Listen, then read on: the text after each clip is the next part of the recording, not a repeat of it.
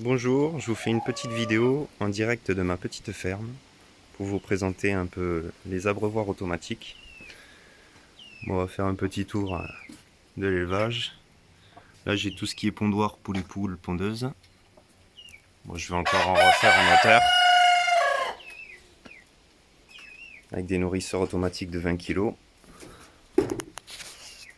Bon, là on a les deux dernières qui sont arrivées, femelle papillon, plus race.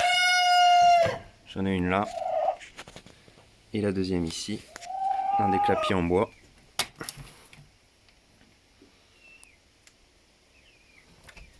On voit pas très bien, il fait un peu sombre. Hop. Voilà. Bon, après j'ai mis des systèmes d'abreuvoir avec des seaux de 10 litres que j'ai automatisé avec des buvettes. Comme ça l'eau reste propre. Il y a juste à dévisser par en dessous et vider l'eau quand elle est un peu sale. Après de temps en temps il faut vérifier le système de joint parce que moi il y en a certains où il faut que je change le joint parce qu'au bout de 3 ans ils commencent à être usés. Bon, ceux-là ils sont nickel, ils fuient pas. L'eau elle arrive bien. Faut bien penser à les poser de niveau pour que l'eau ne déborde pas. Hop. Là quand il y a de la saleté vous videz un petit peu. C'est très pratique. Ça permet d'avoir quand même une bonne autonomie et d'économiser son temps.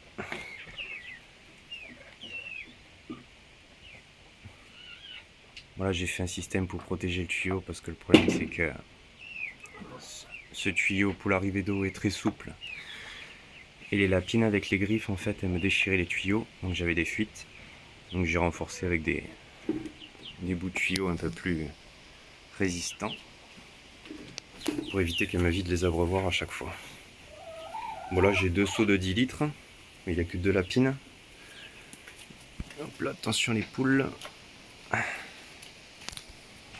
Et après pour les clapiers en béton, j'ai mis 180 litres d'autonomie. J'ai 2 poubelles de 50 litres et une de 80. Et voilà, après j'ai fait le même système.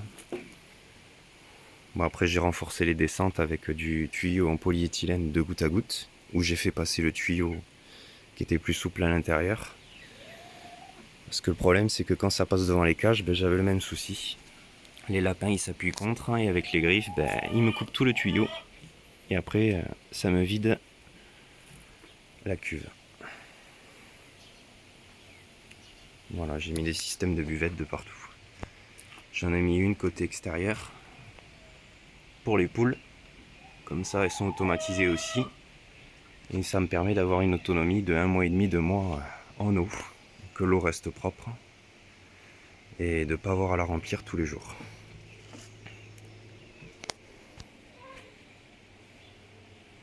Voilà. Après j'avais essayé les petits systèmes de buvette automatique de 1 litre. Mais le souci c'est que bon, faut les remplir 1 à 2 fois par jour. Et comme j'ai des gros lapins, j'avais essayé ces systèmes là, bon qui sont pas mal hein, mais bon le problème c'est que je les remplis 1 à 2 fois par jour. Les lapins ça boit énormément et c'est assez contraignant je trouve. Du coup je les ai enlevés, je les ai remplacés par ces buvettes pour une meilleure autonomie et pour avoir toujours une eau propre. Bon, après je la change régulièrement en dévissant le fond. Et voilà, après ça fait le job. Bon là j'en ai 5 qu'il faut que je change, enfin qui coulent par goutte à goutte légèrement par en dessous. Voilà, je sais pas si on va le voir mais il y a un peu de goutte à goutte qui s'accumule parce qu'il faut que je change le joint qui se trouve juste là à l'intérieur. Enfin je boucherai l'arrivée et je changerai le joint parce que là quand c'est humide c'est pas évident à dévisser, mais cette partie là en fait elle se dévisse et il y a un petit joint à l'intérieur. Voilà, là j'ai un peu trop. Tac. Allez hop. Voilà.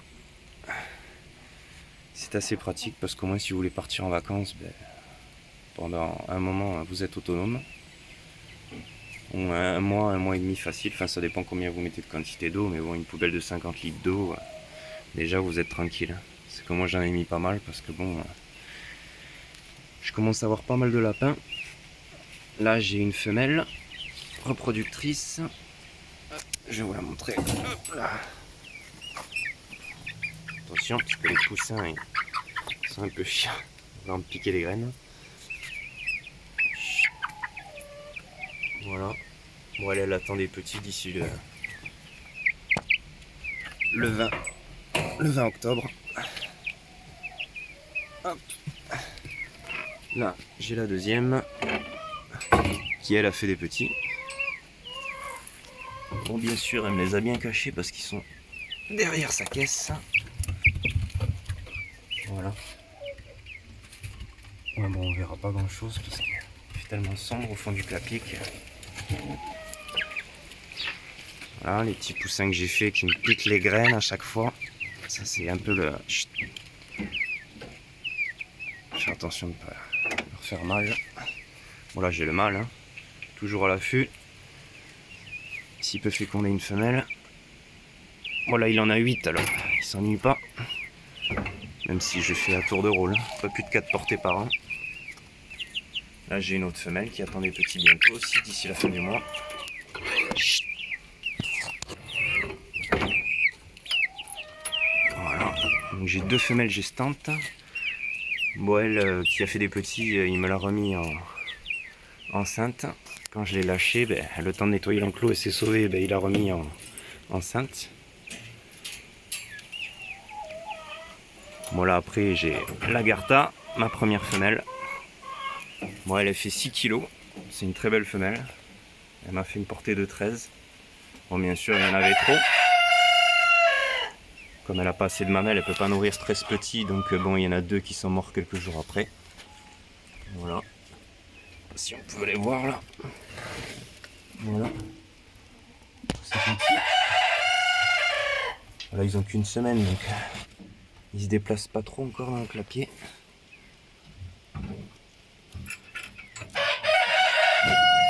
Après, c'est une très bonne mère. Et après, j'avais gardé ces 2 filles. Parce qu'il me fallait des femelles. Bon, j'évite de faire la consanguinité, donc je les fais pas accoupler entre frères et sœurs. J'ai gardé celle-ci, qui m'a fait une portée de 6 avec 2 morts-nés. Sa première portée.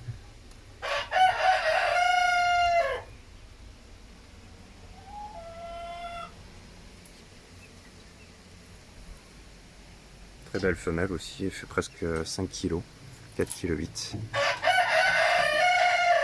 Je fais des pesées après chaque semaine. Elles prennent 600 grammes par semaine, donc bon, c'est quand même pas mal, je trouve. Enfin, ça a une évolution assez rapide, je dirais. À part mes 2 femelles papillons qui prennent que 300 grammes par semaine. Hop là, là il est un peu forcé. Et voilà, et là j'ai ma deuxième que j'ai gardée de la mère. Qui elle fait plus de 5 kg déjà, elle doit pas être loin des 6 kg. Pour le moment j'ai pas refait de peser parce que j'essaye de les laisser tranquilles pour le sevrage des petits. Eux ils commencent à se déplacer comme ceux d'à côté. Ils ont déjà 18 jours en tout. Là ils sont calés là, c'est vrai qu'il fait pas très beau aujourd'hui. Voilà, après je leur mets un maximum de déchets verts, de foin, pour du granulé en complément, et de temps en temps un petit peu de pain. Pas beaucoup mais en friandise. Voilà. Et bon, elle c'est pareil, elle m'a fait une portée de 9, une belle portée, ça suffit parce qu'après elle pourra pas tous les nourrir sinon. Hop.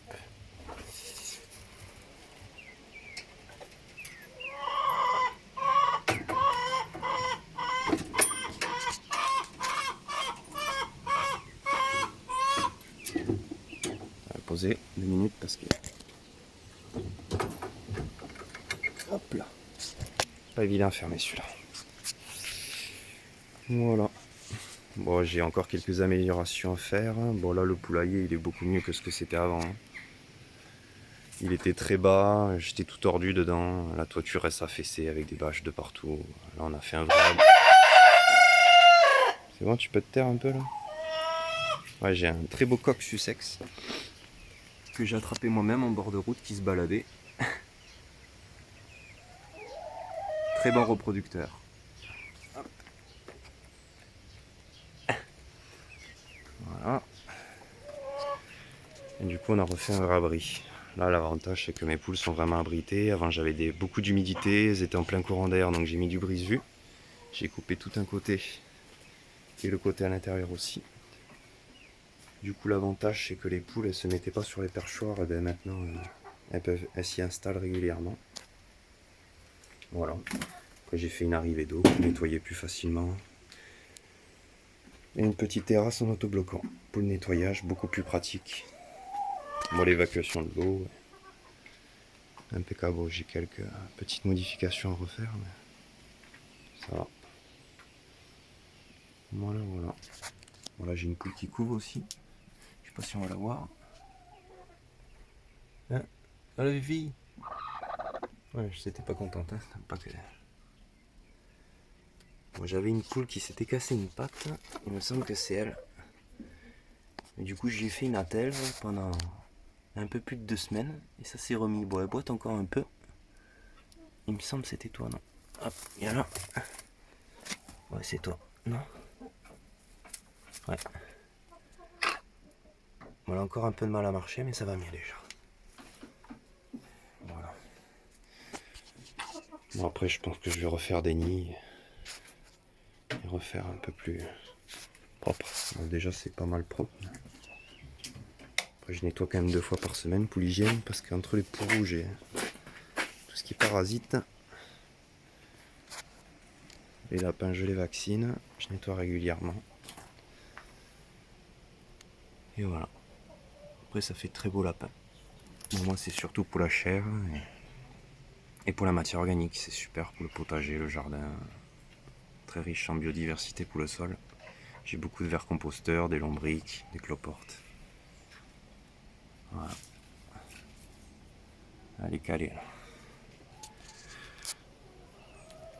Bon, après dans les cages, je mets des petites cagettes comme ça que je récupère à Intermarché là. C'est impeccable pour faire les portées.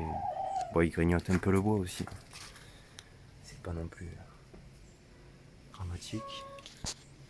Voilà, je leur laisse toujours du bois à ronger par contre pour qu'ils liment bien les dents, surtout dans les clapiers en bois. Parce que bon, je ferai une autre vidéo pour les avantages et les inconvénients des différents types de clapiers. Mais c'est vrai que je préfère un peu plus ces clapiers en béton. C'est beaucoup plus pratique et ça a beaucoup plus d'avantages. Voilà. Ben, je vous remercie, j'espère que ça va vous aider et ça vous facilitera un peu la vie au niveau de l'élevage. Voilà. Allez, merci, bonne journée.